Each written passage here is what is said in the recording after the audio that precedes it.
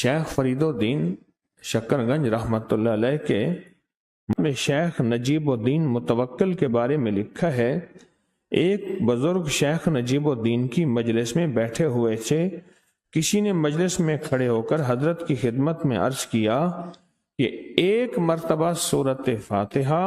اور سورۃ اخلاص اس نیت سے پڑھے اور کہے کہ میں قاضی مقرر ہو جاؤں۔ اس پر شیخ متوکل نے خاموشی اختیار کی، وہ سمجھا شاید میری آواز نہیں پہنچی، اس نے یہ آواز پھر دہرائی، فرمایا قاضی نہ بنو کچھ اور بنو، یعنی اس عمل کی طاقت پر اتنا یقین تھا، اس عمل کی طاقت پر اتنا یقین تھا، اس عمل کی طاقت پر ایک دفعہ الحمد شریف ایک دفعہ قل واللہ پڑھوں گا تو میں چیف جسٹس بن جاؤں گا، میں جسٹس بن جاؤں گا۔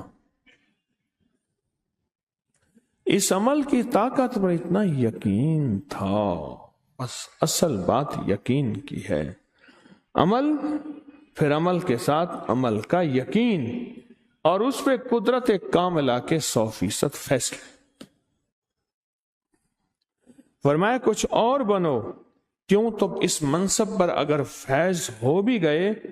تو اس منصب کی احتیاط نہیں سنبھال سکو گے، لہذا میں اس لیے خاموش رہا۔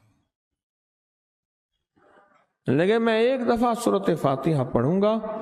اور ایک دفعہ سورۃ قل هو اللہ پڑھوں گا اور اس مقام تک میں پہنچ جاؤں گا۔ ان کو اس